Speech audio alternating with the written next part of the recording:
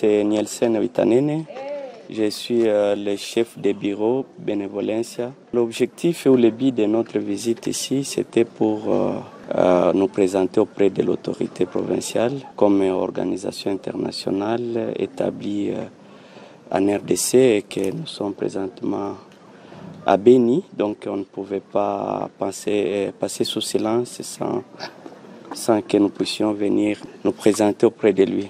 À l'issue de notre visite avec l'autorité provinciale, le vice-gouverneur nous a rassuré qu'une fois qu'on est là, ils sont là pour nous accompagner et que nous puissions chaque fois collaborer avec eux pour tout ce que nous faisons. Et surtout, comme nous travaillons avec les médias, nous puissions chaque fois lui transmettre aussi nos messages de communication pour qu'eux aussi, qu'ils puissent chaque fois vérifier ce que nous faisons et qu'ils nous accompagnent, qu'ils essaient un peu de vérifier et aussi en quelque sorte valider aussi nos messages. Par rapport à cet encadrement qu'on a dû réaliser pendant au moins 2 ans à Goma, nous sommes encore dans une phase de reprogrammation de nos activités. Il y a beaucoup de journalistes à Béni et ils ont fui la guerre, bien sûr, d'IM23 et ils étaient encadrés par un projet de la Bénévolencia. Je ne sais pas quelles sont les activités qui seront menées à Béni et quel message particulier aux journalistes qui sont déplacés et qui se retrouvent dans une situation difficile à Béni.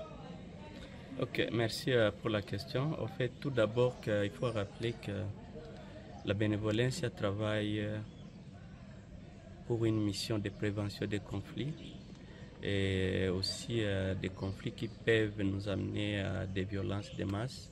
Donc nous essayons un peu de travailler sur ça.